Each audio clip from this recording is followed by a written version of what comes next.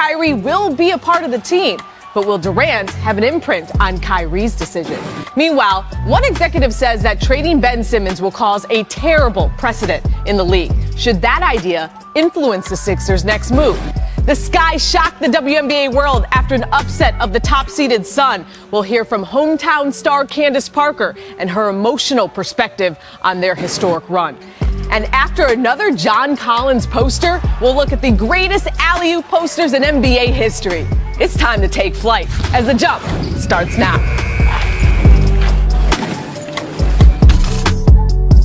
I can hear my dad saying, was that the triple threat position? Because I don't think it was. I'll just tell him that. Can't really catch a bounce pass in heels that well. NBA champion Kendrick Perkins and the host of the Low Post podcast, Zach Lowe, with us for the whole hour today. And gentlemen, like we have so many times lately, we begin in Brooklyn as the Nets have no further update on Kyrie's status. The vaccine mandates in New York prevent Kyrie from practicing or playing in Brooklyn if he stays unvaccinated, potentially costing him $380,000 per game over a 41-game home season. But Kevin Durant stayed hopeful Wednesday on his teammates' future availability. I'm envisioning Kyrie being a part of our team. Maybe I'm just naive, but that's just how I feel. But I think everybody here has that confidence in themselves and our group that if we keep building, we can do something special. It's far bigger than myself and each one of us individually. This is one man's personal decision on his well-being. So I got to sit back and just observe and see what's happening, and keep coming in here and practice every day and going hard every rep. So I think everybody has that mentality. So Katie sounds hopeful, but Perk, when you listen to those comments, what do they tell you about the relationship between Katie and Kyrie right now? I mean, it's hard, but listening to not only Kevin Durant, but listening to Steve Nash when he was asked about the situation a few days ago, to me, it feels like some frustration is building up. And here's why, right? Kyrie Irving was supposed to get vaccinated, right? He had appointments that he missed. He told the team that he was going to get vaccinated. He still hasn't got vaccinated. And KD is sitting back, and sooner or later he's going to say, hey, bro, we all supposed to be here to be in this together. I came to Brooklyn because of you. You came to Brooklyn because of me. We got James Harden here because we were supposed to be able to have one goal, and that's to win the championship. And also, it's messing up contract extensions. It was supposed to be Kevin Durant, Kyrie Irving, then James Harden. They were supposed to open night with everybody under contract and everything. So I'm looking at what Kevin Durant said yesterday, and to me, it sounds like it's some frustration that's building up. And KD is supposed to say, hey, you know what? I got to focus on the guys that's here.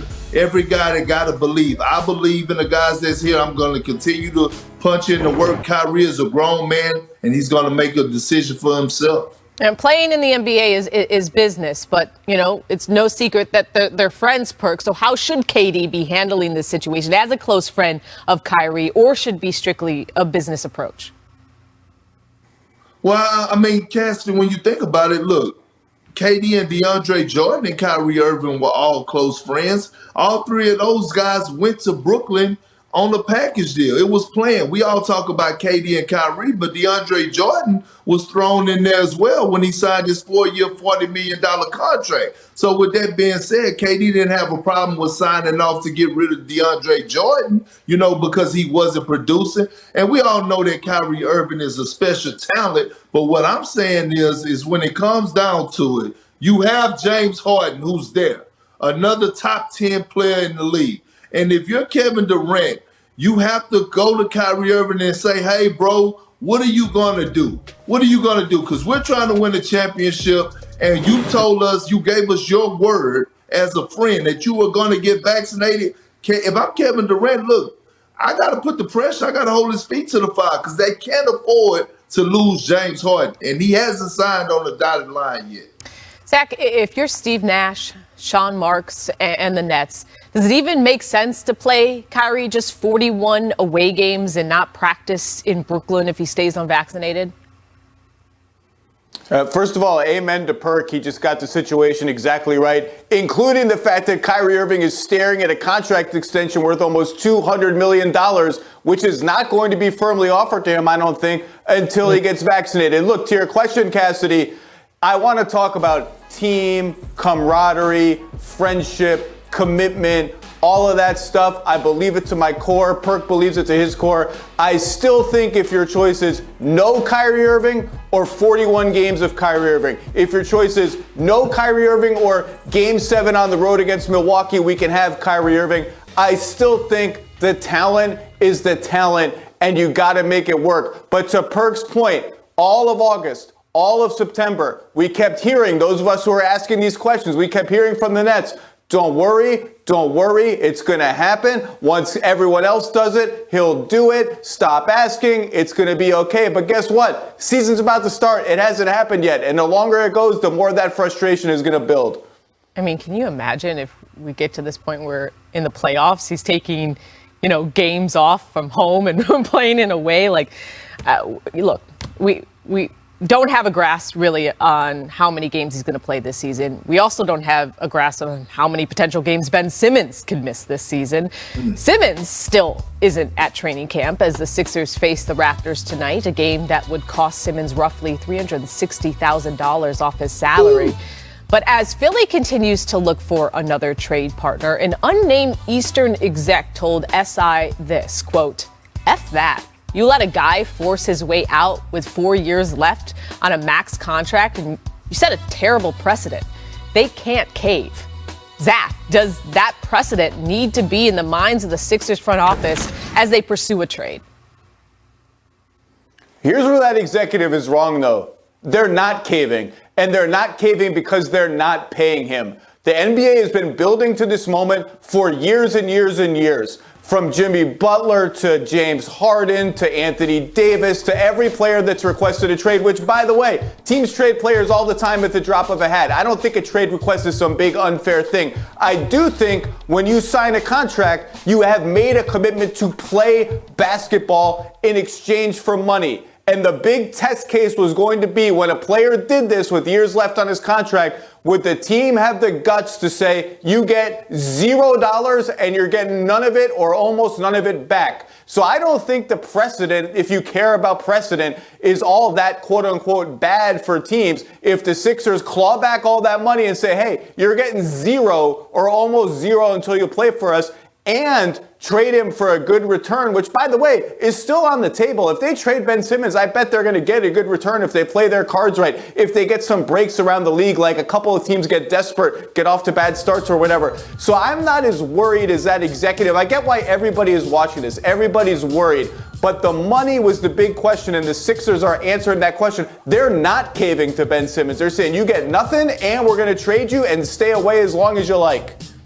Well, I mean, listen, I tried to warn the world a few weeks ago that the 76ers were not budging, right? The ownership group, it's not Elton Brand, it's not Daryl Morey, it's not Doc Rivers. The ownership group is standing firm. They have plans on sending a message that, hey, you're not going to play horrible and then put the responsibility on us to trade you and get back something that we don't want. And I knew that this time was going to come where you was going to face some ownership group that's going to say, hey, not over here, because like the executive said, it's not like a James Harden or Anthony Davis situation because they only had 1 year left on their deal. This guy signed to 4 years. So at the end of the day, it's like, no, you're not going to underperform and then put the pressure on us and say we have to deal with it. And I knew that the owners were going to do this. And you know what?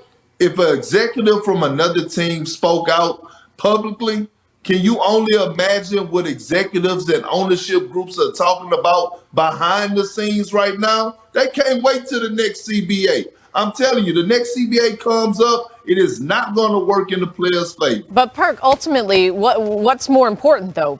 That precedent or protecting Joel Embiid's prime? Well, I mean, look, Cassidy, Joel Embiid came out. When he spoke in his interview and he let loose, that let me further know that, hey, we're willing to move on. Like Joel Embiid said, he had to take that leadership role and speak up because the guys that he do have with him right now that is going to go to war with him, he has to make sure that they feel comfortable. So that goes to show me that, one, he's sticking up for his organization and he has the back of his teammates. And so to me, it's collectively. Joel wasn't just speaking up for Joel, he was speaking up for Philly in general. I mean, Perk, I don't know if you saw, but I think Zach was saying that you were preaching the gospel. Zach, but listen, you got to get one of those books and start fanning yourself. That's the execution of that. Okay. Speaking of setting a precedent, guys, how about this? The LA City Council approved an ordinance that requires proof of vaccination at indoor and entertainment venues, including at Staples Center. Now, the Lakers and Clippers have previously stated their teams are fully vaccinated, but Tim Bontemps reports that this new mandate won't affect visiting players, as is the case in New York and San Francisco. And look, in a lot of conversations that I've been having with players, it's this that really is confusing players, vaccinated or unvaccinated. Perk, are these mandates not affecting visiting players, causing more difficulty than benefit throughout the league? Well, it's hard to say because, majority of the NBA, I think is 95, 96% of the players are vaccinated, so they don't really have to worry about that. But here's the thing, right, Cassidy, when you think about what's going on, I think it's just the start of a ripple effect, right? I think we're going to see more states start doing the same thing. We watched New York, we watched San Francisco, now we're watching Los Angeles do it, and sooner or later we're going to have Wisconsin, a city like Wisconsin, or maybe even Phoenix. They're going to start to do it because it's just, this is what the world is coming to nowadays. I don't know if Texas is going to do it because I live in Texas and I'd rather not speak on Abbott. We have our history from the ice storm, but I'm just saying, listen, at the end of the day, this is what's about to happen. It's about to be a ripple effect, and I wouldn't be surprised if a lot more cities start following lead and doing the same thing. Yeah, we can get caught up with this ordinance and that ordinance and who does it apply to and who does it not apply to. The bottom line, like Perk said, 95% of players are already vaccinated. 100% or close to 100% of coaches, executives, league personnel are vaccinated. And city by city, place by place, with some exceptions, like Perk mentioned, I don't know what the heck is going on in Florida, for instance. Vaccination is basically going to be a requirement for participation in public society or something close to that. So this is just going to keep on rolling, going down in age to kids and all of that. It's just going to become a fact of life. So we get caught up in every little story like this. And how does it affect the NBA championship? How does it affect the Clippers and the Lakers? This is a broader human issue that is just going to get broader and broader and broader. No doubt. But the numbers still show that, about 20 players or so are unvaccinated, which just doesn't make sense to a lot of players, vaccinated or unvaccinated, like I said, is how, a Brooklyn net who's unvaccinated, if you will, can play in MSG in the same city. I think that's like the confusion when we're talking about these cities who have these mandates. So it's weird. It's weird. It's weird. And it's just one thing to kind of like poke a hole. What, Perk? I don't know what's going on today, but Zach is agreeing with I know. You Thursday. Did y'all just become best friends? I don't know what happened there. All right. Meanwhile, I've got to pivot to, an update on a developing story, guys. 18 former NBA players are among 19 charged for defrauding the NBA's health and welfare benefit plan out of nearly $4 million.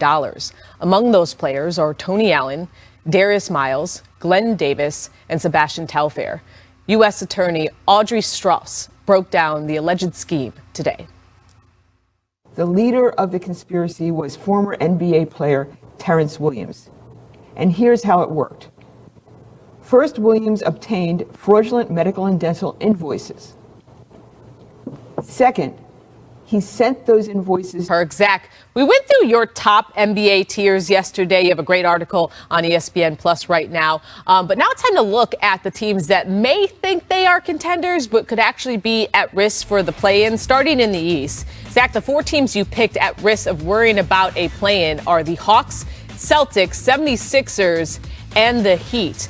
Now, which team do you feel is most in danger, Zach? So those four with Brooklyn and Milwaukee enter as the top six in the East, but most in danger. This might be a controversial decision. This might surprise you.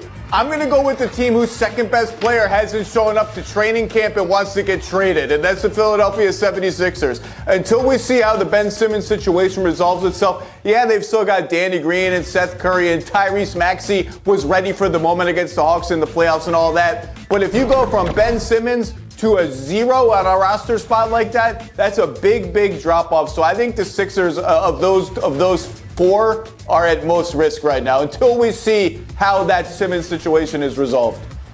No, I agree with you, Zach, and it's just that type of Thursday. It ain't Holy Thursday, but it's something similar to it. And I'm agreeing with you. Like, you can't lose Ben Simmons in the way that the Miami Heat has got better right in this offseason on paper. You look at the Atlanta Hawks, they're going to continue to get better. And even the Boston Celtics got better. I think they flying under the radar. So the team that's in danger for the play-in, I'm actually going with you, and that's the 76ers. Now, look, I will say this.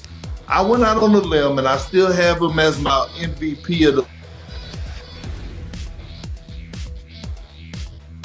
saying that they are not going to be in the playoff hunt. But if I had to pick out of those four, I got to go with the 76ers because of the Ben Simmons situation. All right, I don't know why I have a feeling you guys are going to disagree on the West, so let's look out there and focus on the Nuggets and reigning MVP Nikola Jokic, the Clippers without Kawhi for the foreseeable future, and the Warriors waiting on Klay to return. Perk, we'll start with you. Which of those three teams are most at risk for the play-in? You know what? I would go with the Clippers. Look, the Warriors and Nuggets are making the playoffs, and the Clippers are making the playoffs. One thing I will not do is doubt Ty Lue. I just want to know, why is the Dallas Mavericks not up there? This is a team that was straddling the fence last year, the Dallas Mavericks, and they brought back the same team. We have yet to really see if Porzingis and Luka could fit when it matters the most. So when I'm looking at those teams, the Clippers, the Warriors, and the Nuggets, they're going to make the playoffs. The Mavericks are who I'm concerned about. Zach? I'm gonna have to have a drink after the show because I keep agreeing with Perk and it's starting to worry me a little bit. Of those three teams, it's easily the Clippers. I think the Nuggets, as long as they have the MVP healthy, Michael Porter Jr. is ready to be a number 2 scorer. They've got good depth. I think they'll be fine. The Warriors, if they can just hold the fort, and they rediscovered their identity in the last 20 or 30 games of last season, if they can just hold the fort playing that way until Klay comes back, I think they're okay. The Clippers without Kawhi, their offense was just average when he was on the bench, even when Paul George played. Ibaka hasn't come back yet from injury. They've got a lot of interesting pieces. They got new pieces in Eric Bledsoe. I just feel like they're a little uncertain. They have more to figure out about themselves than those other two teams. So I guess I gotta agree with Perk. I don't know what's going on. I mean, No, Zach. You didn't agree with me because I didn't pick either one of them. I picked the Dallas Mavericks. Look, we're underestimating the Clippers, right? Well, what we saw out of Paul George last year, he thrives at his best when he's the number 1 option. And then we saw Reggie Jackson, right, started to look like the Reggie Jackson that we thought he was going to look like in Detroit. And we heard what he said, the Clippers, they saved my career, right? We know that Marcus Morris is a guy that is capable of averaging 18 to 20 points on high percentage. And Nicholas Batum has found his niche as well. And we already know what Tyronn Lue is. He's going to show out. He thrives best when there's adversity hit. He showed us that last year. Just embrace the friendship. Because, you know, the Mavericks weren't even an option, but we're going to go there. Just embrace the friendship. This is how today is going. And as I'm looking at this segment and all these teams, all I want to say is the league is alive and well. A lot of young talent. And speaking last night, Austin Rivers on the wing. Here comes Draymond with the flying knee. Perk, finally a foul call. Draymond can't argue. Yeah, right. And he's known for kicking it in, people. Zach, it reminded us of, remember this? Bruce Bowen's flying kick on Wally Zerbiak? No, this was way worse. Hey, man. These are like WWE finishing moves. I mean, these will put you down for the 3 count. I know. Wiley was getting kicked in the face in the game and that practice. Don't let the bow tie fool you. I mean, he really, there was no attempt for an actual play on the ball. It was all kick, all the way. Put on a show last postseason against the Knicks and the 76ers. Now his coach has an interesting comparison of how Trae can take the next step. Nate McMillan told Sports Illustrated he's got one of those fast cars. You can't drive that car the same way on a sunny day as you can when it's raining and snowing out there. And he was playing fast. He was taking the same shots that he was taking in the first quarter and in the fourth quarter. He wasn't adapting to conditions. It's similar to Michael Jordan when he first came into the league. He started to trust his teammates, and then he started winning championships. Now, last season, Trae was 4th in points created behind only Westbrook, Harden, and Luka. But this is more about the how Trae is doing it. And Perk, what do you think of Nate McMillan's analogy on Trae's growth this season? You know what? I actually love it. And I think people would take it out of context, but what he's saying is that, hey, I have a superstar. Yes, Trae Young is a superstar. And we all know that he's capable of going out there and getting, 30 or 28 to 30 points a night. But the good ones do it at a high efficiency rate. The great ones do it at a high efficiency rate and making others around him better. So what he's telling Trae Young is that, hey, I love the numbers. We know that you're a superstar. I love the numbers. I love the stats. I love everything about your game. Now let's take it to another level. Let's be more efficient and let's make others around us better. I used to tell guys all the time, hey, look, first, second, and third quarter, the superstars that I play with, hey, get others involved. In the fourth quarter, take it over. This is why you get paid the big bucks. And this is how you get to that level of winning championships. Because, again, this is not an individual sport like boxing or tennis. You actually need your teammates to help you win. Yeah, I mean, I thought the analogy was great. It really put it in perspective and gave you the feeling of understanding that he was playing fast, and maybe sometimes slowing it down allows you to have a better grasp of the game. But Zach, do you think that Trae Young's game can take even another step this season? Yeah, and I think the transition Nate McMillan is talking about already started happening last year. The last 20, 30 games of the season into the playoffs, you could see him get in the lane, and instead of prodding, waiting for that pass that will get him an assist every time, if the defense converges, hey, here, Kevin Huerter, you make a play. DeAndre Hunter, you make a play. You make a dribble, drive, and kick. We'll keep the machine moving. I might not get an assist. Maybe I'll get a hockey assist, but guess what? Everyone feels more involved. The offense starts flowing a little better. I still get my numbers because I'm Trae freaking Young and I'm amazing. Yes. And guys, when they feel involved on offense, Perk can talk about this. When guys feel involved in offense, players talk about this all the time. It flows over to the other end. They're willing to give more on defense. They play harder. The spirit of the game changes. It's a small little change. It doesn't require a total reinvention of Trae Young's game, but you could see it start happening last year. And I think it's one of the reasons the Hawks did as well as they did in the playoffs. And also, you can't. Zach, at you, diving. Hey, Zach, diving into deep game analysis because he was so right. Look, seriously, we used to start when I was with the Thunder. We used to make sure that we got Serge Ibaka. We ran the first play of the game for Serge Ibaka. You know why? Once he got involved offensively, we knew we was going to get 8 to 10 blocks that game. Look at Zach. I mean, Perk, have you ever read a Zach Lowe article? Those things take you about 25 minutes to read. Like, there's a whole darn breakdown. He's going to break it down for you. I haven't seen a full hour of Zach speaking the gospel. Right. Actually, look at you. I will say you can't teach the type of confidence that Trae Young has. So that's a good starting point. And from a budding star guard to an all-time legend in the backcourt, Allen Iverson played almost 11 seasons in Philly, winning the Rookie of the Year, an NBA MVP, and drove the Sixers to their only NBA Finals appearance in the last 28 seasons. Yet, the 76ers icon is not a part of the franchise staff. Recently, Allen Iverson was asked that very question by Taylor Rooks. I've been retired, what, 11 years? I don't know how I'm not a part of that staff some kind of way. Yeah. And the money thing ain't got nothing to do with it. It's just me being me and me being a Sixer and wanting to help. I don't know why nothing's been put in place for me. And I still love y'all. Don't get it twisted. It's all love here and ain't gonna never go nowhere. But there's something that I just don't understand. Perk, what's the one thing that Coach Iverson would bring to the 76ers? I mean, look, when you look at just last week with San Antonio,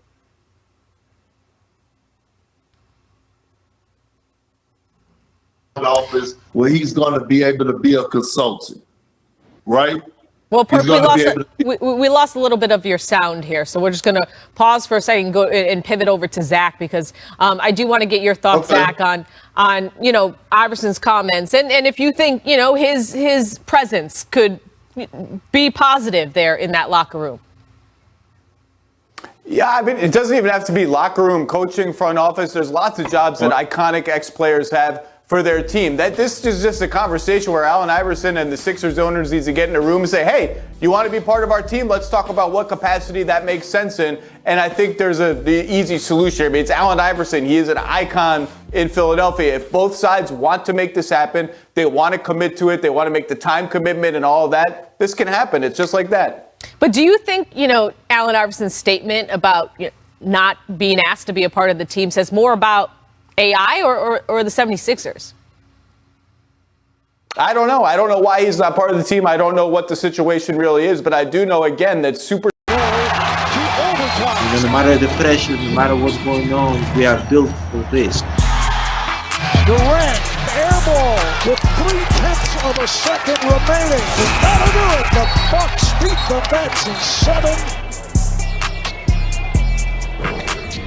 7. This close to changing everything of last season. Welcome back to The Jump. I'm here with our ESPN senior writer, Zach Lowe, and the undefeated Mark Spears. And guys, you know the Zach, now available on ESPN.com. Our very own Zach Lowe released his 12th annual NBA tiers, aka his ultimate power rankings for every team, top to bottom. And Zach gets some very interesting tiers. Let's take a look at the top. In a tier of their own 1, you have the Brooklyn Nets. Then in a tier of their own 2, you rank the reigning champion Bucks. Here's where it gets juicy. In your tier above the play-in West, you have the Lakers, Suns, and Jazz. So, Zach, let's talk about the Lakers, of course. What needs to happen for them to enter one of the top 2 tiers? First of all, let's dial it back a little bit. The Nets, well, at full roster strength, we'll see what happens with that. The Nets are incredible, and the Bucks just won the championship, and I think shed a lot of the sort of caution and the inconsistency that have plagued them in the past. They're a confident bunch now, so they deserve to be up there. The Lakers is just a matter of, look, are LeBron and AD going to be healthy when it matters? If so, then they're probably inching up there. Can they figure out the Russ fit? That's going to be a season-long project. And then around AD at center, who are the other 2 players? Can they find enough shooting? Can they find enough defense? Because remember, the one constant through line since Frank Vogel took over, including last year even when everyone was injured, this is a great defensive team. But their defense has taken a hit with Danny Green gone, KCP gone, Alex Caruso gone. The supporting defensive players have taken a hit. Can they build a great defense around that roster? Is LeBron number 2 all-time in minutes? Can he carry a defense along with AD into that top 5 territory? If they start answering those questions, they could be in a tier right with anybody. That's how good LeBron and AD are. Mark? Well, Zach, I don't envy you on putting this together, bro. This is hard. And when I think about the East, I think one team that we'll end up talking about is the Boston Celtics. Jason Tatum is buffed up. He's coming off that Olympic experience, and I also got to visit with Jaylen Brown out here at Cal. He's healthy and ready to go. So I think Boston is certainly capable of making some noise. And then in the West, boy, Zach, I mean, there are 6 teams that have a shot at ending up winning this thing. And obviously health has a lot to do with it. But, Lakers, of course, are number 1. Suns, Denver, the Warriors, once they get Clay and Wiseman back, and the Warriors have a great bench. We can't not talk about the Clippers. Utah, I mean, there's so many teams in the West that could end up on top. Obviously, health is paramount, but to me, there's 6 teams that legitimately have a shot in the Western Conference to end up being in the finals. Well, speaking of that, Zach, you had last year's Western Conference champs in that same tier with the Lakers. What do the Suns need to do, in your mind, to get back to the finals? No shame in that. I mean, the Lakers are awesome. If you put the Lakers and the Suns head-to-head, the Lakers have the 2 best players in that head-to-head matchup, and the Jazz in that tier are awesome too. I think the Suns just have to count on the only real weapon they have is 3 of our 4 best players and maybe 5 of our 7 best players are young, and they should all keep getting better, including Devin Booker, but you throw Mikal Bridges, DeAndre Ayton, Cam Johnson.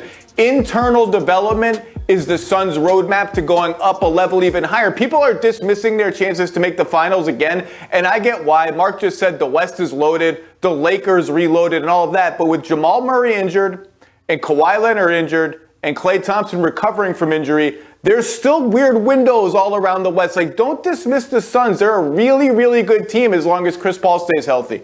Mark, do you have confidence in Phoenix? Yeah, I do. You know, I talked to Chris recently, and he felt like this finals experience, which also was a new experience for him, took this team to another level. And they got a chip on their shoulder too, because as Zach said, nobody believes that they could repeat. You know, Ayton, he's a guy to watch, man. Hopefully for him, this contract situation doesn't sidetrack him mentally, and he uses it as fuel more than fight. I'm sure he's upset, and we'll see how that all plays out. And so to me, that's my biggest worry about the Suns right now, is how DA responds to not getting this contract and perhaps playing a whole season without a new one. Yeah, an October 18th deadline to sign that rookie contract extension. Zach, you talked about what a massive season this is for Utah also in your article. What needs to happen for the Jazz to finally put it all together when it matters most?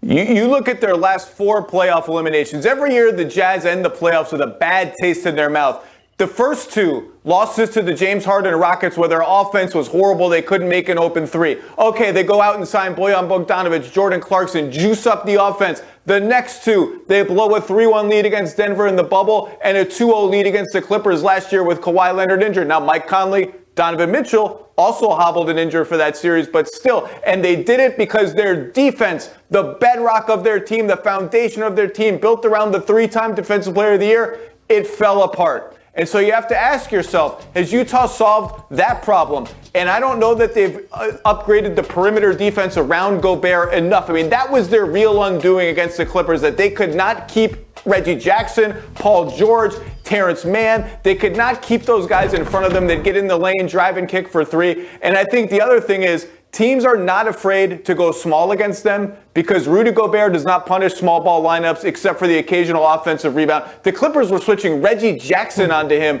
and Utah was not giving him the ball. In the Olympics, France was giving him the ball against mismatches in the post, and he was dunking on people. I think we need to see more of that so that teams can't go that super small alignment against Utah that's hurt them in the past. What's your confidence level in Utah, Mark? Mike Conley being healthy. Fair. It is funny because it seems like every Western team, there's some big health issue to worry about. If Mike could stay healthy, you know, they're so much better with him. And Donovan Mitchell is going to have to take it up to a higher level, a superstar level, and I think also try to get more of his teammates involved. So this is that team, man. Every year, they seem like it's going to be it. We're going to spend some time in Salt Lake, go up to Park City, enjoy the Wasatch Mountains. Falls apart. Somebody gets hurt. There's some catastrophe. So it'd be interesting to see what happens with Utah when it's all said and done, because if they stall again this season with their aggressive owner, with Dwayne Wade being there, I wouldn't be surprised if they'll make some changes. Well, check out the rest of Zach's art play-in race here, particularly interesting in the East. And a hard place. And Woj, what updates can you give us on the standoff between Ben Simmons and the Sixers? Well, we'll start here, Cassidy. Philadelphia still wants Ben Simmons to come in, report to the team, and play. Ben Simmons has not agreed to do that yet, and he has remained resistant to that idea. Philadelphia has been talking to teams on deals, even here in recent days. A handful of teams, that I know of that they've been in communication with. But, Philly's vision of a trade for Ben Simmons remains. They've got to get back a fairly elite player in return. This is a unique case of a contending team trading a star player. Usually we see rebuilding teams. Philly can get a great package of draft picks and maybe a good young player or two. That's not what they're after here. They've got to get back a significant player for Ben Simmons. And right now, I think that's not there in the marketplace for them.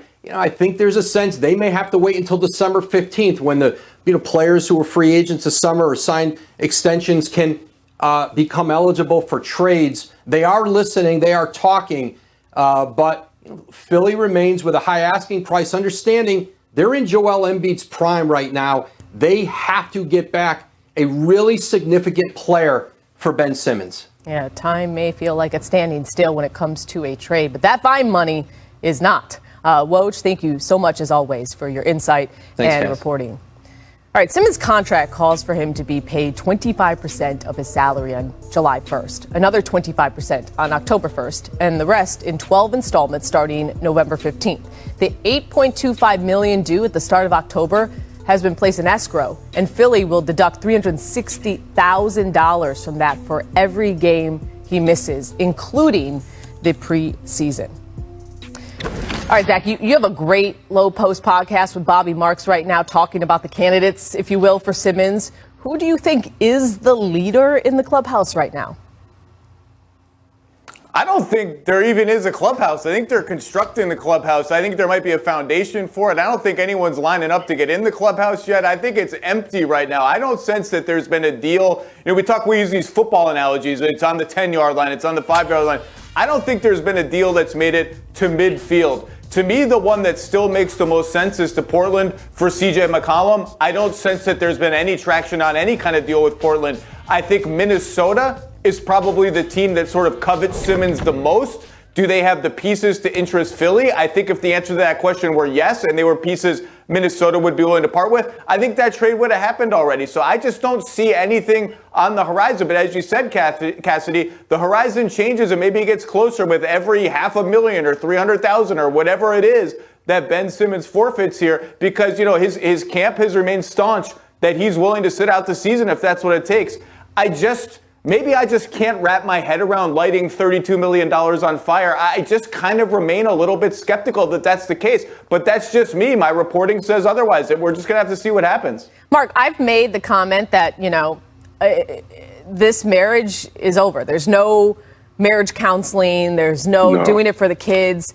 Do you think, though, given the place we are, is this marriage salvageable in any way? Nah, man, get the divorce lawyer in, sign the papers, and get it going.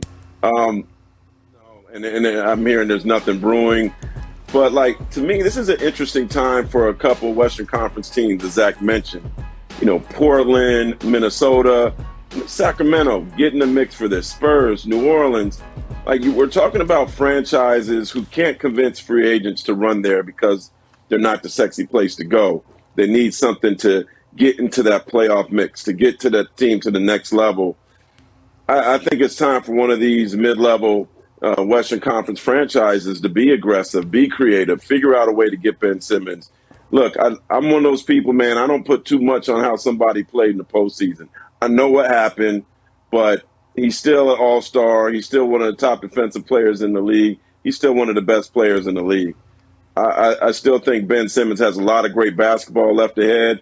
And it's time for one of these smaller Western Conference franchise to step up and get this big deal going. I hear you, Mark. But this whole segment, we've talked about Kyrie Irving and Ben Simmons.